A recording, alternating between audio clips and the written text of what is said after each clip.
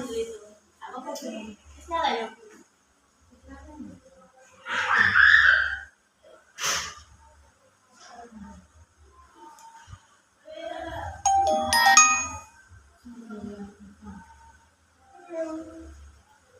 Nafsia. Betul. Iya kan?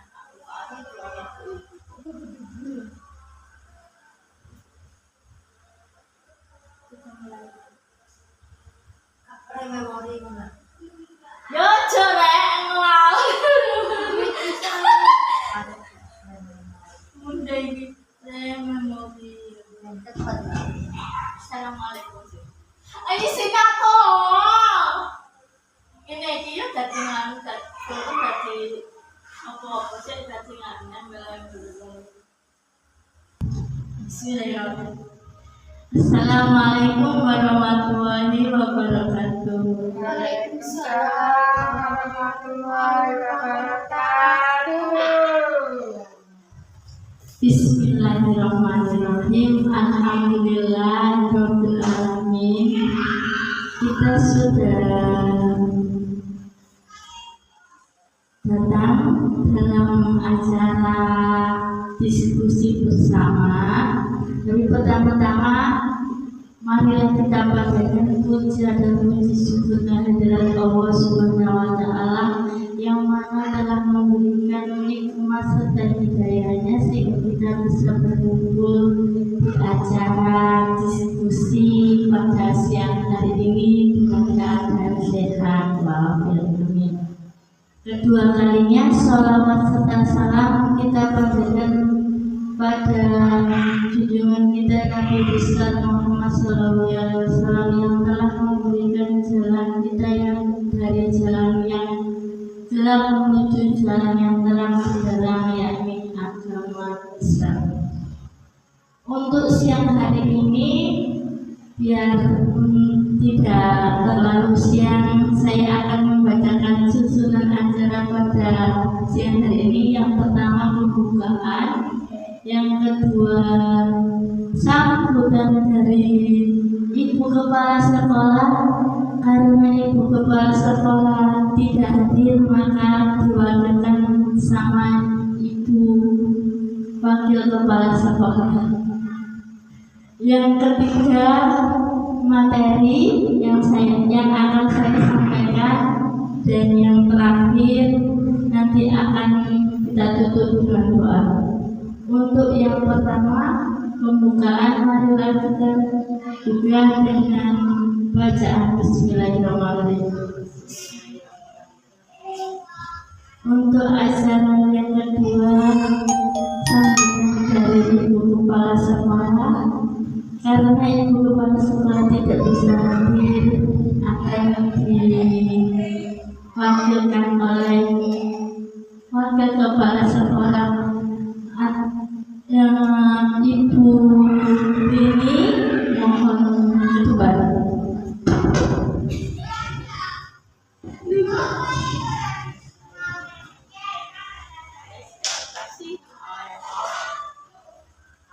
Silakan ditebang biar bisa kelihatan.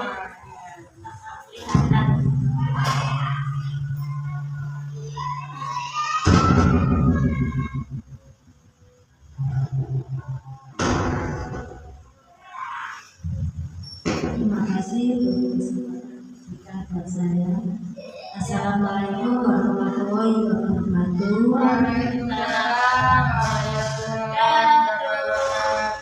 Salam sejahtera bagi kita semua.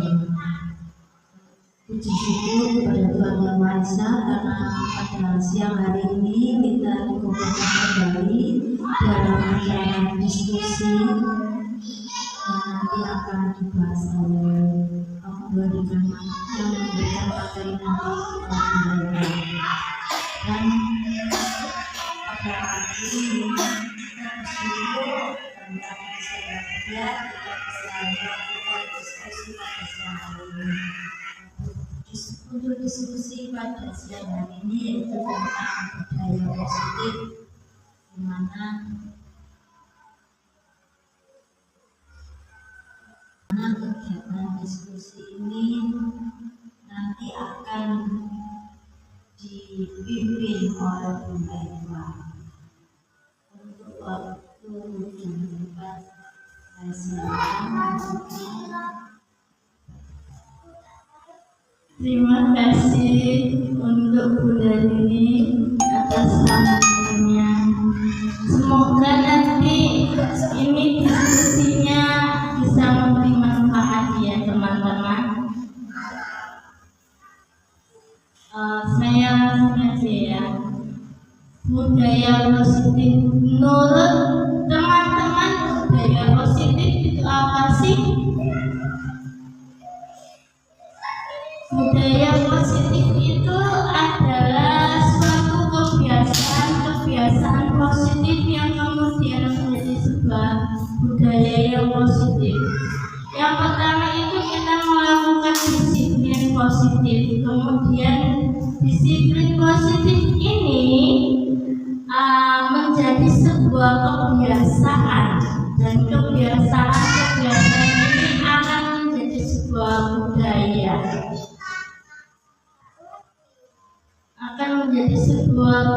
Yang mana budaya ini akan tetap teringat sampai dia dewasa. Kemudian disiplin positif itu kebanyakan orang itu menghubungkan kata disiplin dengan kata tertib, teratur, dan kepatuhan pada peraturan. Aslinya bukan itu ya, kata tertib atau peraturan. Kalau disiplin ini bukan dihukum, ini kan sering dihubungkan dengan hukuman, padahal itu sungguh berbeda. Karena belajar tentang disiplin positif itu tidak harus dengan memberikan hukuman. Justru itu adalah salah satu alternatif terakhir, dan kalau perlu tidak digunakan sama sekali. Dalam budaya kita, makna kata disiplin dimaknai sebagai sesuatu yang dilakukan seseorang pada orang lain untuk mendapatkan kepatuhan. Kita cenderung menghubungkan kata disiplin dengan ketidaknyamanan. Artinya gini, disiplin itu dari dorongan hatinya sendiri, bukan karena ada tekanan, hukuman, atau peraturan. Seharusnya itu dari hatinya sendiri. Hukuman, konsekuensi, dan restitusi. Restitusi itu apa sih, Bun? Dia tahu nggak? Restitusi itu proses menciptakan kondisi bagi murid untuk memperbaiki kesalahan mereka, sehingga mereka bisa kembali pada kelompok mereka dengan karakter yang lebih kuat. Restitusi ini balik perbaikan, tapi perbaikannya itu dari anaknya sendiri. Kita itu hanya bisa menuntun anaknya itu melakukan perbaikan atau melakukan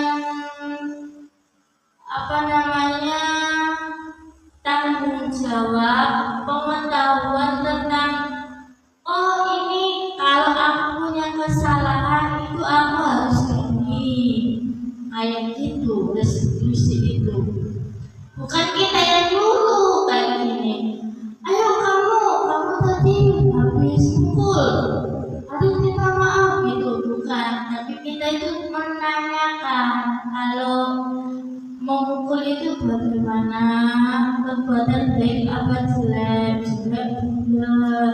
Kalau jelek itu kita seharusnya bagaimana, kalau kita berbuat kesalahan kayak gitu. Nanti anaknya yang jawab sendiri, nggak tahu. Kemudian apakah adakah perbedaan antara hukuman dan konsekuensi? Menurut Bunda ada apa? Itu sama apa berbeda ya? Ayo Bun, beda, berbeda. Ya benar berbeda. Kalau hukuman itu langsung kita ucapkan.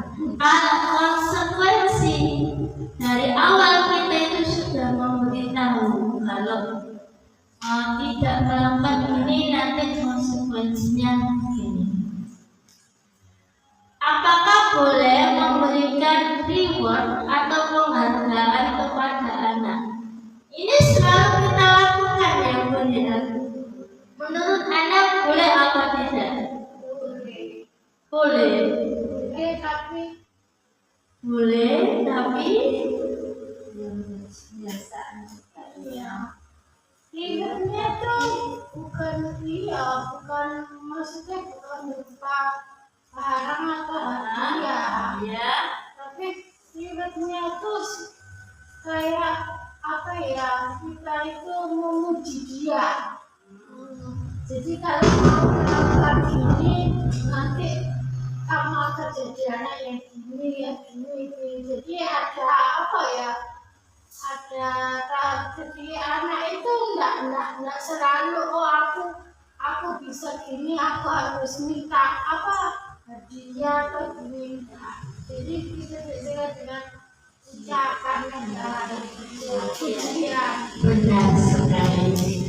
Kata Bunda tadi, reward itu boleh tapi berupa pujian. Karena kenapa? Kalau reward berupa barang, nanti anak itu akan merasa kayak iri dengan yang mendapatkan. Oh alah, itu aja yang dapat, kayak gitu. Tapi kenyataannya ini kan banyak teman-teman yang masih menggunakan reward itu kadang mengasih bintang kayak gitu ya. Aslinya itu tidak boleh. Harusnya itu kayak pujian-pujian, kayak anaknya itu mewarnai bagus. Rewardnya adalah kalimat pujian buat yang anak tersebut mewarnanya sudah bagus. Kemudian ini, menurut Alfikon dalam wawancaranya bahwa penghargaan maupun hukuman atau cara-cara mengontrol perilaku seseorang yang menghancurkan potensi untuk pembelajaran yang sesungguhnya. Berarti reward itu yang dalam bentuk barang menghancurkan anak didiknya sendiri itu. Secara ideal, tindakan belajar itu sendiri adalah penghargaan sesungguhnya. Kan benar ya? Secara ideal itu penghargaan itu dari kemampuannya anak sendiri yang kita puji tadi, itu baru boleh penghargaannya, rewardnya ya. Kemudian ini keyakinan kelas, bukan peraturan. Bunda di kelas itu sudah memberikan keyakinan kelas gak? Ada yang tahu gak keyakinan kelas itu apa? Gak tahu? Ya benar, aturan di awal. Kita bersama-sama dengan murid-murid melakukan kesepakatan saat pembelajaran, awal pembelajaran, bukan memberikan peraturan ya. Kalau peraturan itu anak tidak dapat gini-gini, anak tidak ini, itu kan dari guru. Seharusnya itu dari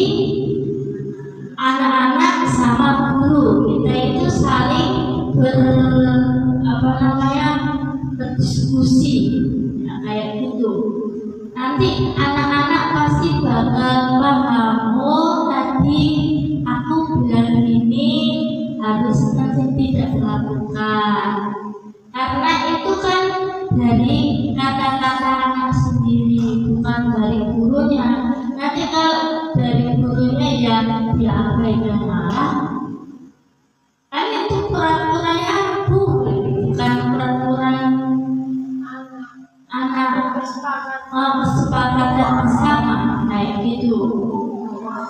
Keyakinan kelas itu bersifat lebih abstrak daripada peraturan yang lebih rinci dan konkret. Keyakinan kelas berupa pernyataan-pernyataan universal. Pernyataan keyakinan kelas senantiasa dibuat dalam bentuk positif. Dalam bentuk positif ya pun, bukan dilarang membuang sampah pada sembarangan ya gitu. Tapi kalimat khususnya adalah buanglah sampah pada tempat sampah, jangan dilarang. Itu kalimat negatif. Dari situ. Benar sekali. Buanglah sampah pada tempatnya. Kalimat positif. Keyakinan kelas sebenarnya tidak terlalu banyak sehingga mudah diingat dan dipahami oleh semua warga kelas. Keyakinan kelas sebaiknya sesuatu yang dapat diterapkan di lingkungan tersebut. Semua warga kelas sebenarnya ikut berkontribusi dalam pembuatan keyakinan kelas dalam kegiatan curah pendapat yang tadi dari awal nanti. Bersedia meninjau kembali keyakinan kelas dari waktu ke waktu, maksudnya tidak monoton setiap hari kayak gitu terus, sesuai kondisi dan situasi.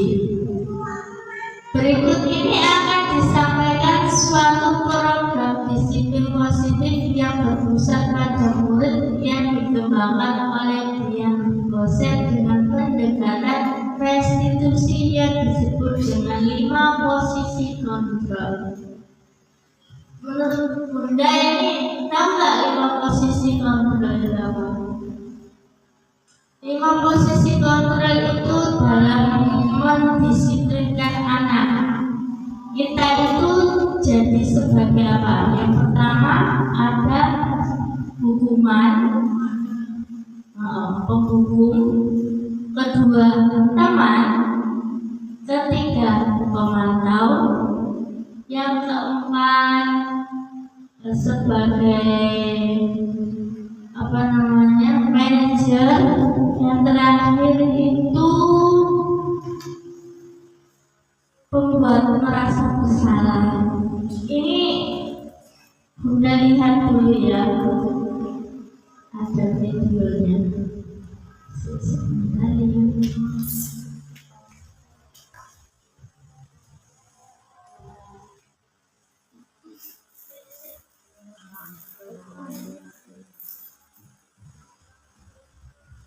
Sebentar ya.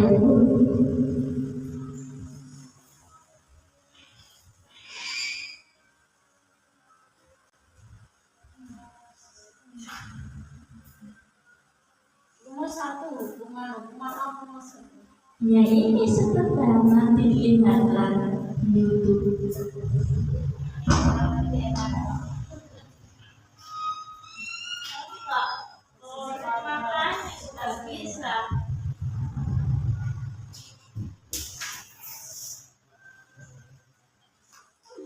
Benar ya,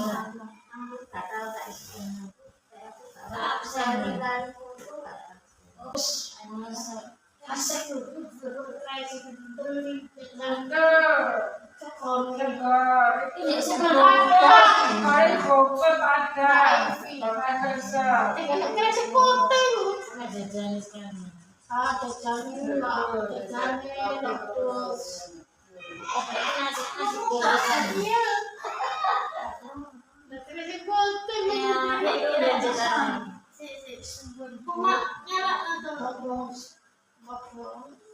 teka-teka itu terus nggak ikut gitu kan. Enggak mewah, lagi ini. Terus ini aku kok sih. Ya aku ya kan, ya nggak tahu pokoknya ada nggak mewah, betul itu. Itu jadi pamitan ini. Berarti kita punya nggak rapat gitu kayaknya. Ibu masih ikut ibu pamitan.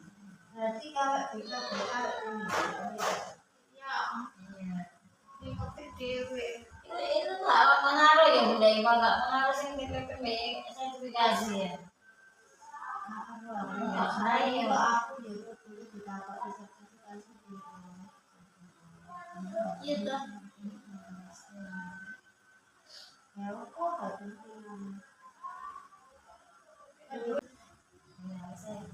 Masih kita. Nah itu loh rumah ini mau apa pengukuh posisi pengukuh. ini ada Jadi pengukuh sih pengukuh itu sama butuhnya tangan. CST 808 loh. Ya aku masih apa lainnya. Oke latihan. Iya, kan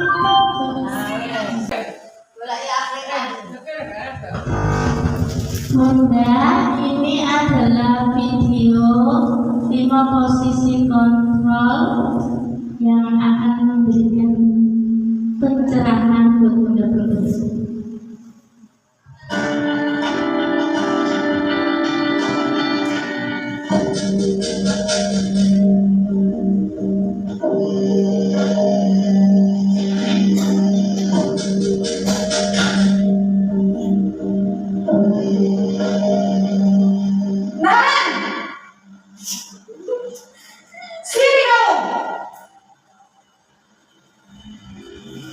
Selamat pagi, Bu.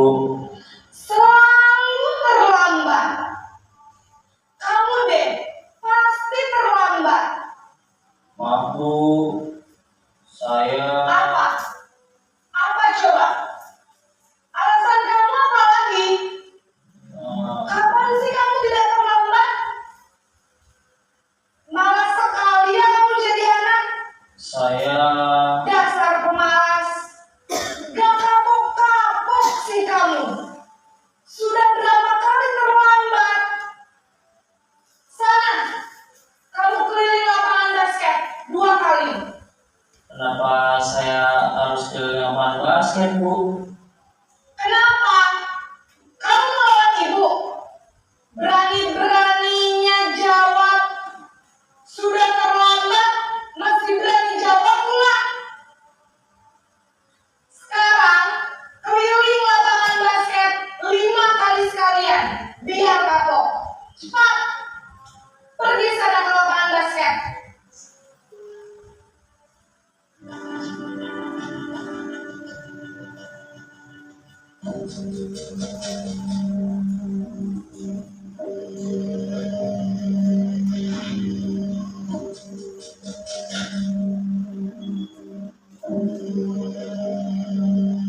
Naren!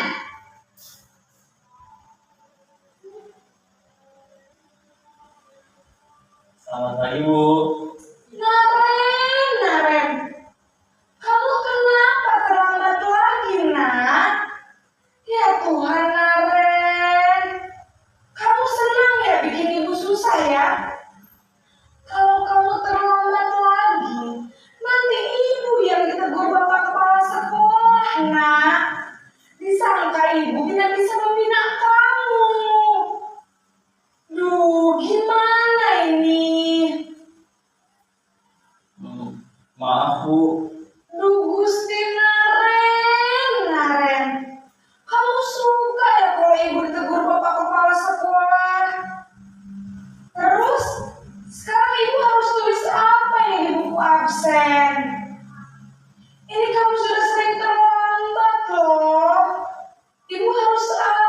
coba?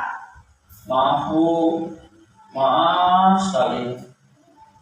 Ya sudah, lain kali jangan bikin ibu susah lagi ya nak ya. Ibu tidak akan kuat lagi kalau kamu begini terus. Bisa jantungan kalau ibu tegur bapak kepala sekolah. Sana cepat ke kelas. Maaf ya Bu, maaf sekali.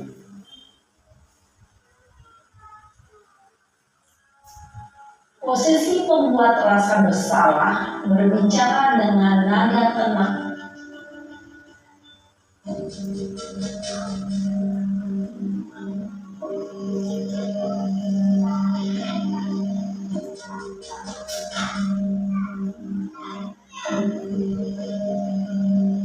Naren,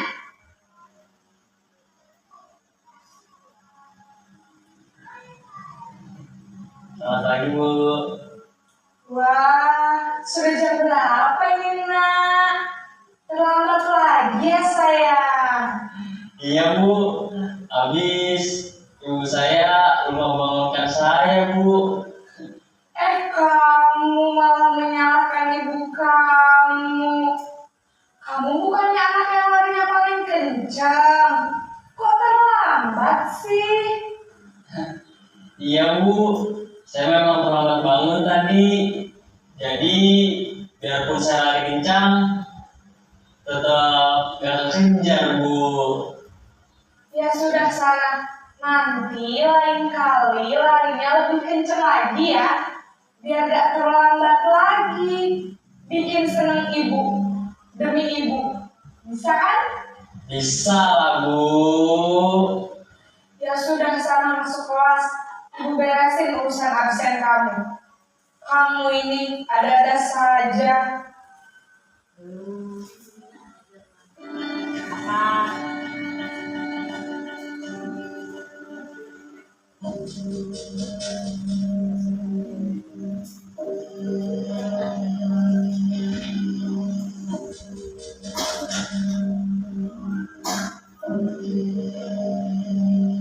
Naren!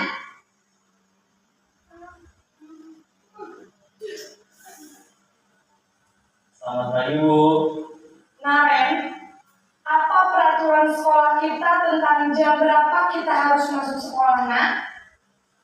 Kita harus di sekolah jam 7 Bu. Iya betul, sekarang sudah jam 7.20. Naren sudah tahu konsekuensinya jika terlambat hadir.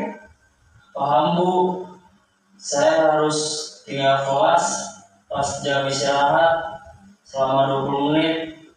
Iya benar, konsekuensinya demikian. Jadi nanti jam 9.30 pas istirahat, kamu harus tinggal di kelas, kerjakan tugas tambahan untuk ketertinggalan kamu, ya? Baik Bu.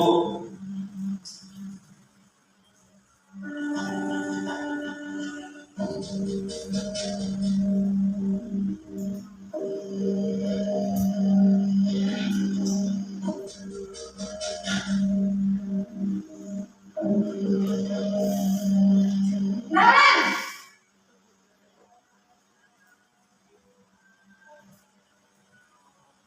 Selamat pagi Bu. Selamat pagi Naren. Maaf Bu, saya terlambat. Iya, sekolah masuknya jam 7, sekarang sudah jam 7.20. Jadi sekarang bagaimana ini Naren? Maaf Bu, saya lupa setel alarm saya semalam.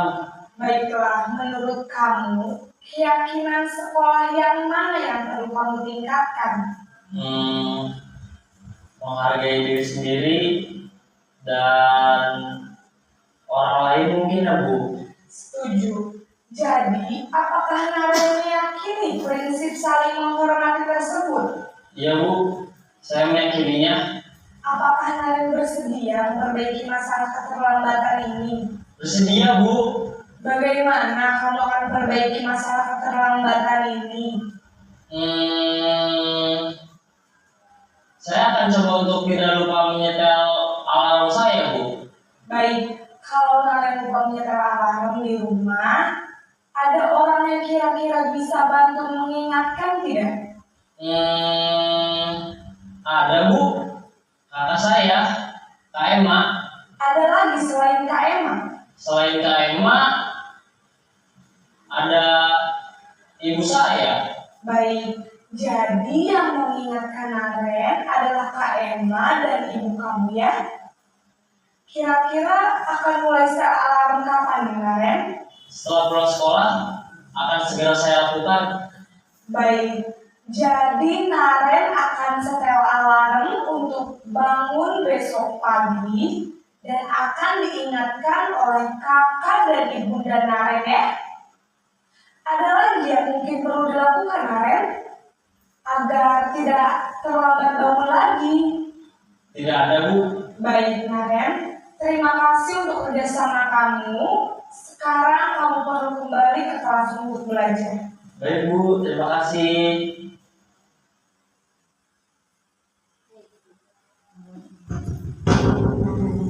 Sekarang tahukan 5 posisi kontrol. Nah, sekarang saya tanya, bunda-bunda dalam posisi yang mana? Sudah tahu jawabannya?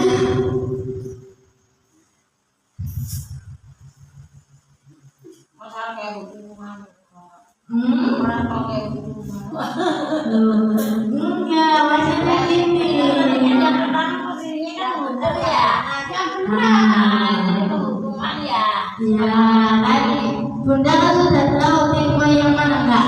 Enggak ada yang salah, cuma satu. Nanti itu kan kalau posisi kontrol penghukum ini, guru ini kan menghadik kayak bunda tahu. Kalau kamu tidak melakukan ini, kamu nanti kayak dihukum ini. Ini hasilnya itu akan membuat anak itu mendendam, memberontak, dan menyalahkan orang lain. Bukan hukum tadi ya. Hukuman. Kalau membuat orang merasa bersalah, ini kan kamu sudah mengecewakan ibu bapak, bla bla bla bla, itu kan kata-katanya.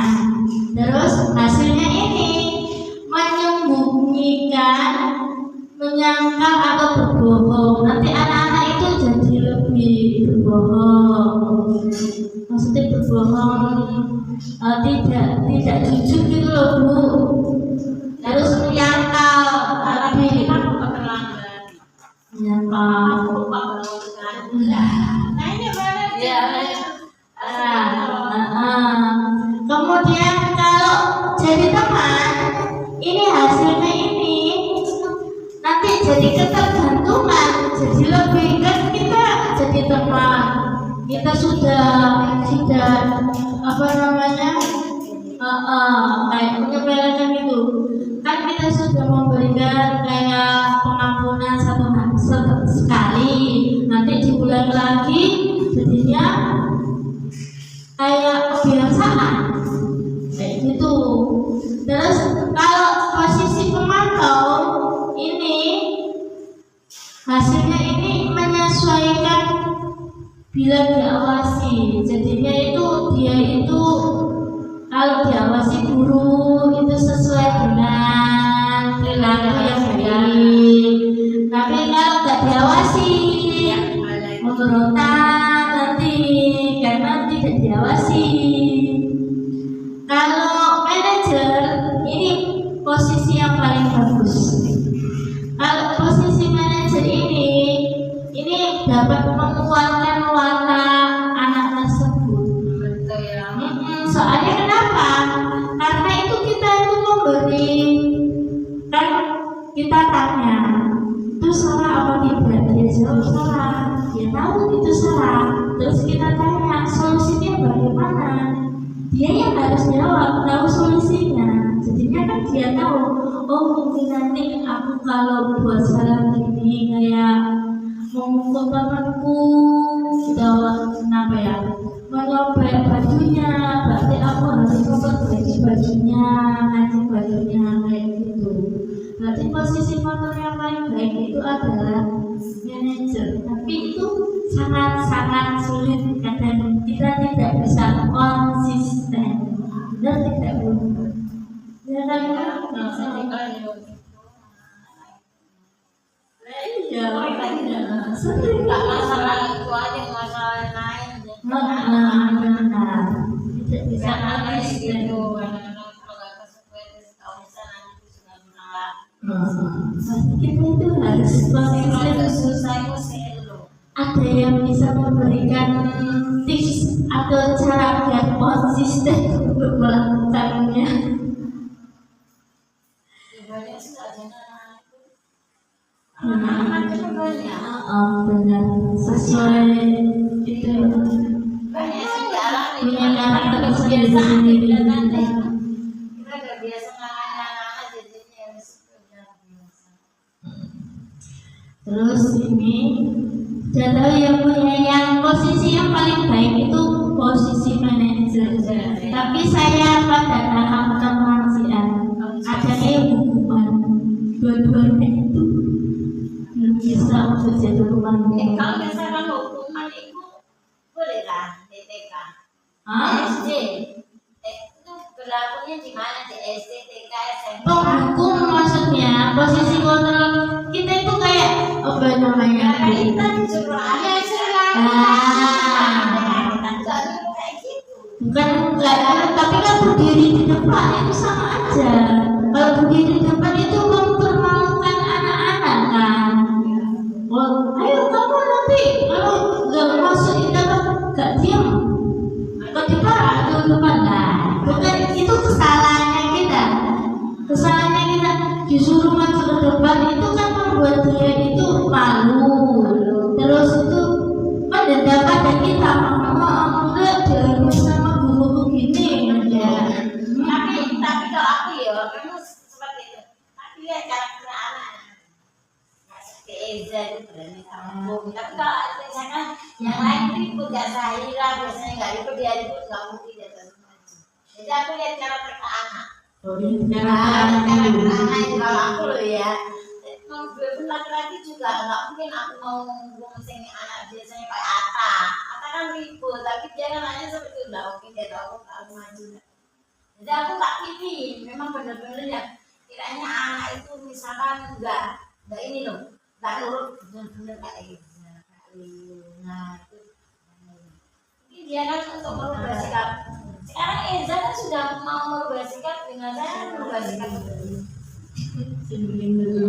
Berubah sikap betul dia. Mau berubah mau. Saya nggak mau berubah Zahra, tapi Zahra sudah mulai berubah. Enggak, tambah semakin itu.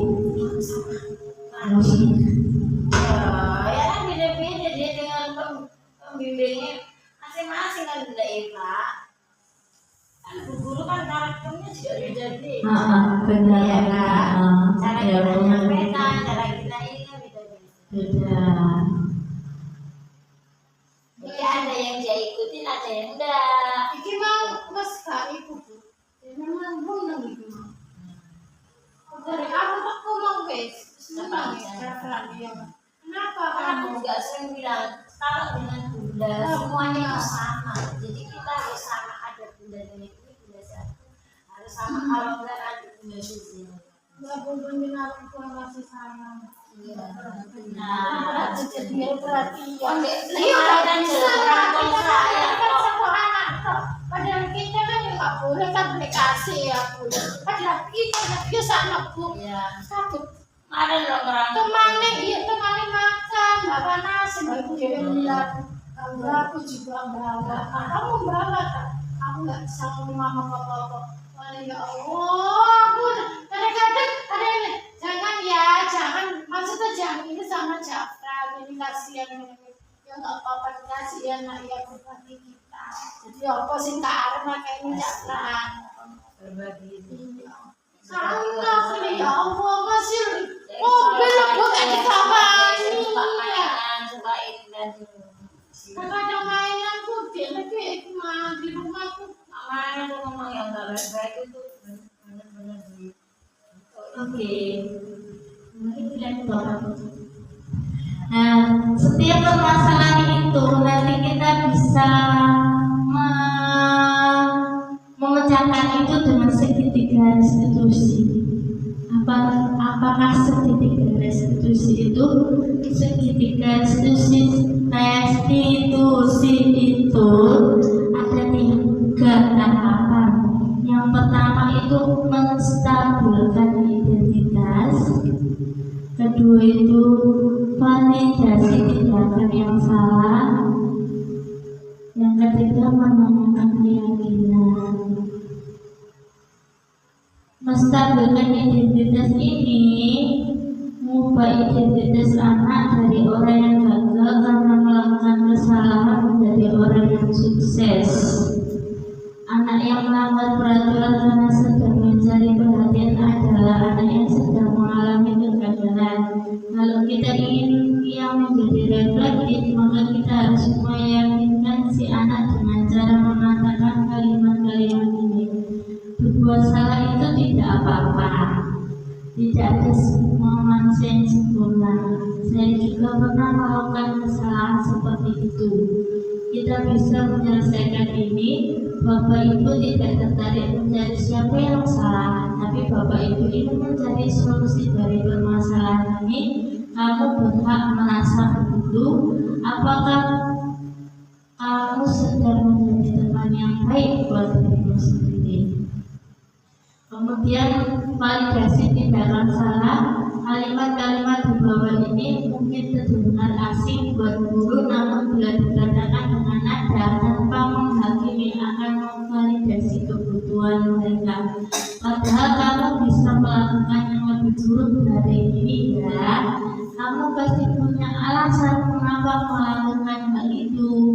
Kamu patut bangga pada dirimu sendiri karena kamu telah melindungi sesuatu yang penting bagimu.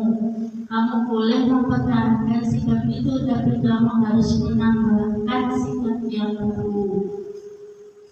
Terus menanyakan keyakinan. Pertanyaan-pertanyaan di bawah ini menghubungkan keyakinan anak dengan keyakinan kelas atau keluarga. Apa yang kita percaya sebagai kelas atau keluarga, keyakinan kelas atau keluarga. Apa nilai-nilai umum yang kita telah sepakati? Apa bayangan kita tentang kelas yang ideal? Kamu mau jadi orang yang seperti apa? Ini penerapan segitiga restitusi, contohnya seperti ini. Sebentar ya. Itu begini.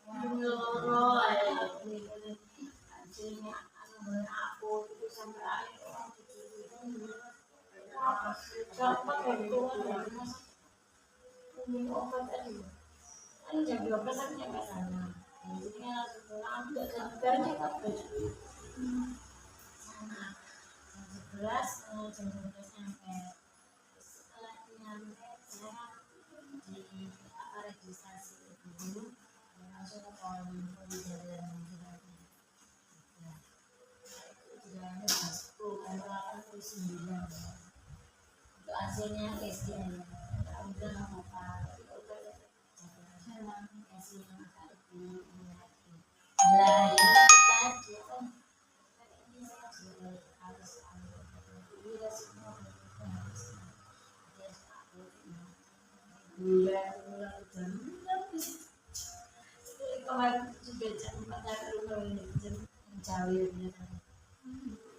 jauh jalan yang belum aku sholat.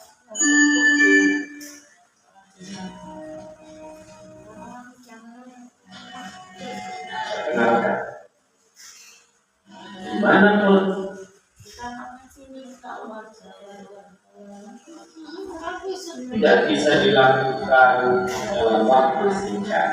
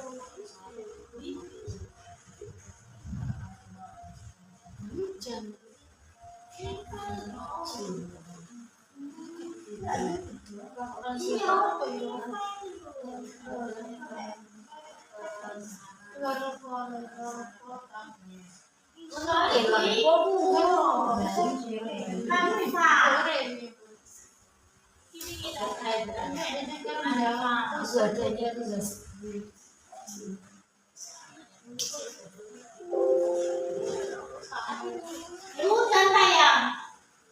Nggak tahu tuh.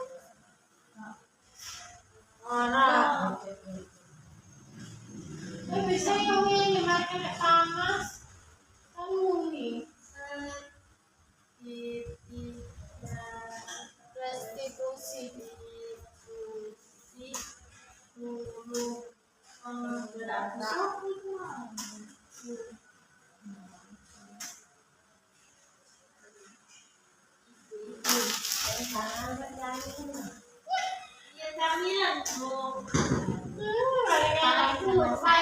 Bisa makan dan nanti kita kan nggak bisa Salam dan bahagia Ibu dan Bapak Guru hebat. Pada video kali ini kita akan membahas tentang salah satu program disiplin positif yang diterapkan di lingkungan sekolah yang dikenal dengan nama restitusi.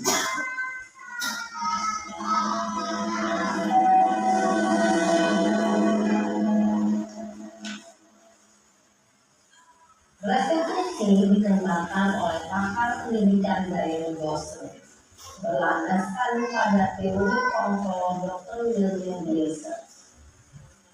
Segitiga restitusi adalah suatu proses dialog yang dijalankan oleh guru atau orang tua agar dapat menghasilkan murid yang mandiri dan bertanggung jawab. Pada saat guru di posisi manajer, aspek yang dikembangkan pada murid adalah motivasi intrinsik, sehingga penanaman nilai-nilai kebajikan dapat tumbuh dan berkembang menjadi suatu kebiasaan positif yang akhirnya membentuk karakter diri. Proses dialog ini terdiri dari 3 langkah yang digambarkan pada ketiga sisi pada segitiga restitusi. Sisi pertama adalah menstabilkan identitas. Sisi yang kedua adalah validasi tindakan yang salah. Dan sisi yang ketiga adalah menanyakan keyakinan. Ibu dan Bapak Guru, berikut ini akan menunjukkan bagaimana seorang guru berada dalam posisi manajer menggunakan penerapan segitiga restitusi.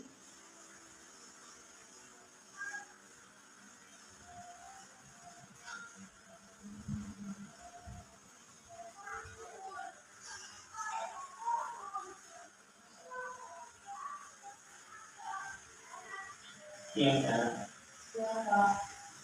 sudah lama ada perusahaan. Kenapa ada dari sini? Kesel Pak, kesel banget. Masa aku dikatain konfliknya Pak? Ya aku marah lah. Aku balik dikatain Eka di depan kelas. Kesel banget. Oh begitu. Ya pasti kamu marah dan kesal.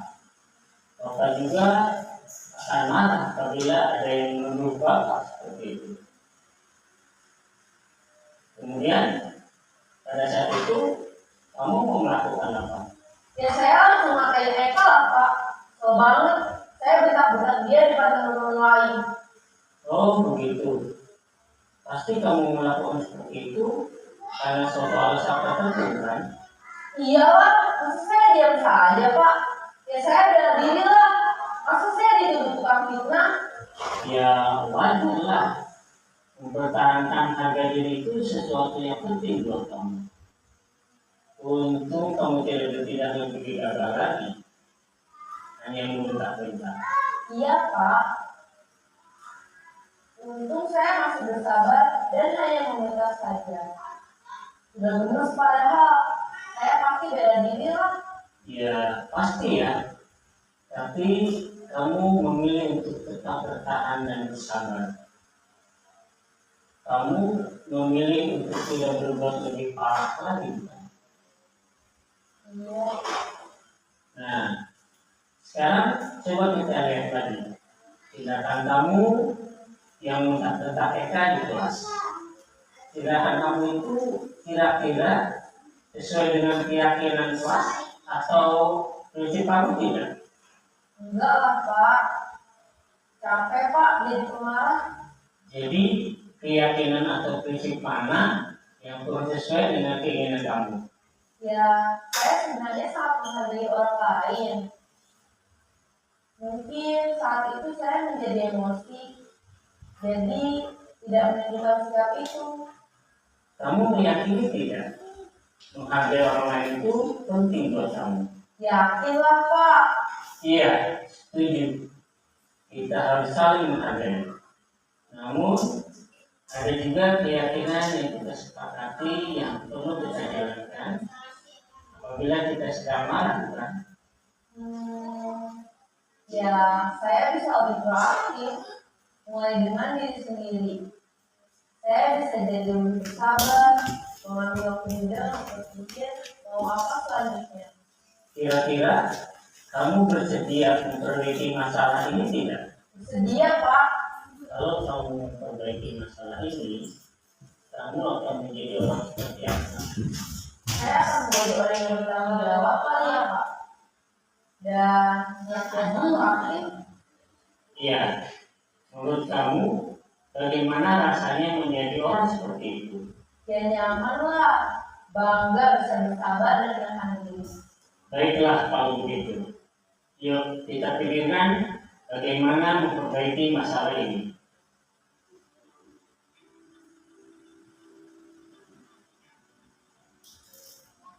Masa bete ngono.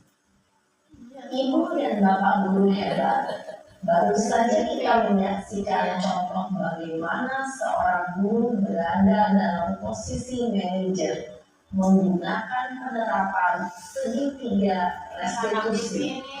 Mari kita bahas satu persatu. Pada sisi pertama, pencabutan identitas berdasarkan pada prinsip bahwa membuat kesalahan adalah bagian dari proses pembelajaran. Sisi pertama dari segitiga ini berperan menggeser identitas murid dari identitas gagal ke identitas sukses. Murid yang sedang bertingkah laku yang tidak pantas atau menarik diri saat itu sedang mengalami identitas gagal. Bila kita mengkritiknya, maka posisinya tidak akan berubah. Kita bisa mengajukan pernyataan ini.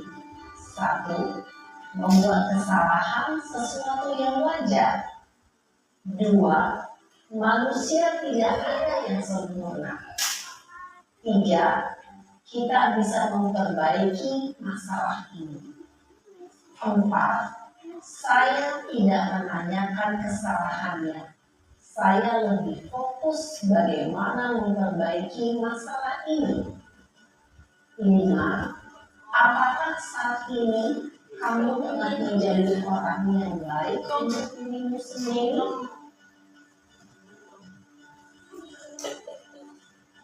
Pada sisi kedua, validasi tindakan yang salah.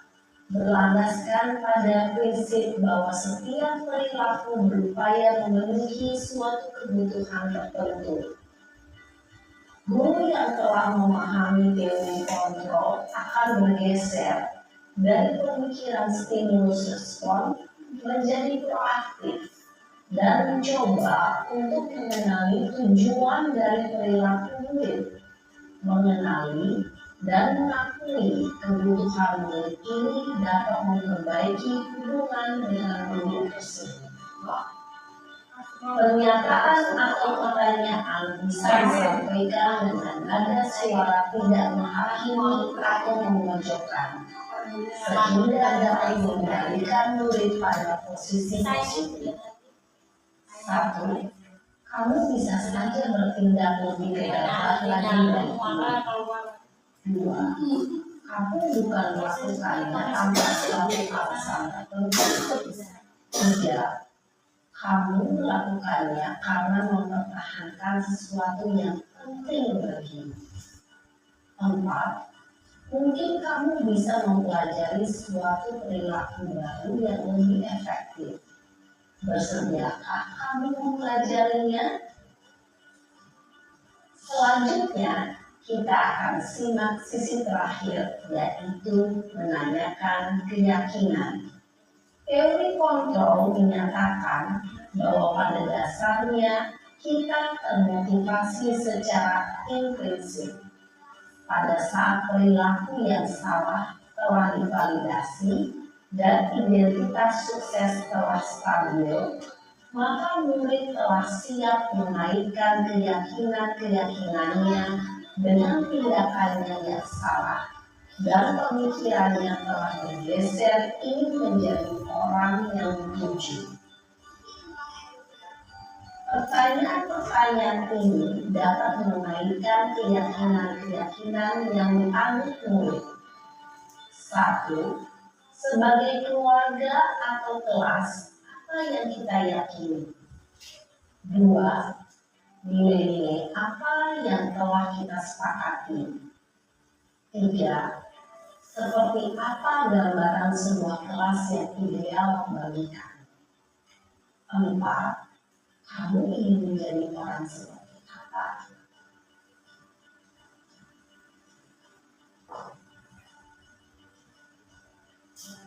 Dalam menerapkan segitiga restitusi, perlu diperhatikan beberapa hal, yaitu 1. Perilaku yang salah perlu dikaitkan dengan nilai-nilai atau keyakinan-keyakinan yang telah disepakati atau dituju. 2. Kesediaan orang yang melakukan kesalahan untuk memperbaiki masalah. 3. Pemecahan masalah sebisa mungkin relevan atau memiliki hubungan dengan masalah yang ada. 4. Usaha. Perlu adanya suatu usaha perbaikan dari pihak yang berbuat kesalahan. 5. Waktu. Perlu didedikasikan waktu dari pihak yang berbuat kesalahan.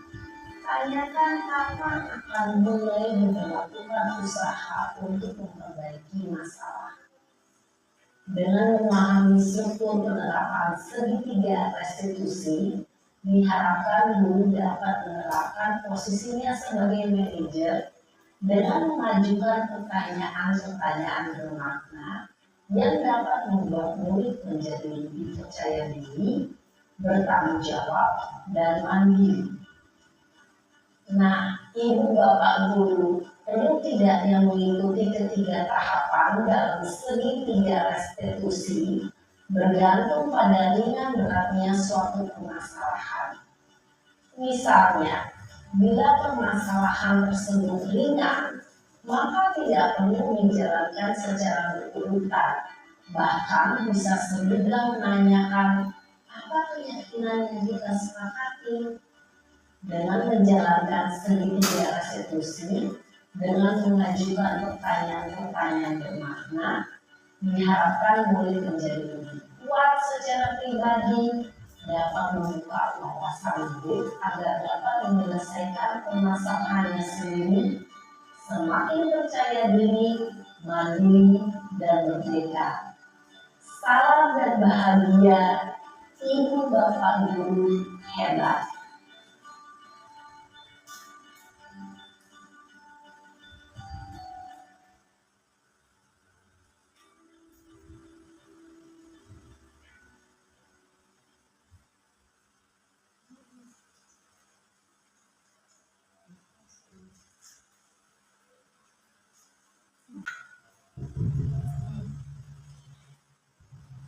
Jadi bunda-bunda, kesimpulannya adalah kita pernah menerapkan 5 posisi kontrol ya. Tapi posisi kontrol yang paling baik adalah posisi kontrol manajer. Sehingga saya harapkan dalam sudah menonton tontonan ini, jadi bunda-bunda itu mempunyai pandangan untuk menjadi yang lebih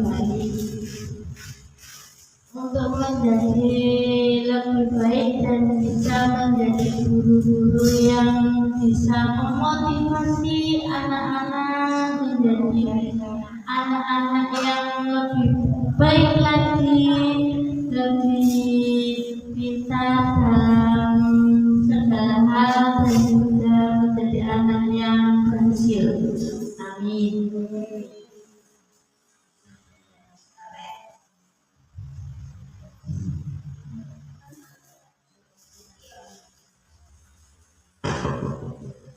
Dan semoga materi yang saya sampaikan ini bisa diterapkan pada bunda-bunda untuk diterapkan di kelasnya masing-masing. Terima kasih. Saya ucapkan Assalamualaikum warahmatullahi wabarakatuh. Waalaikumsalam warahmatullahi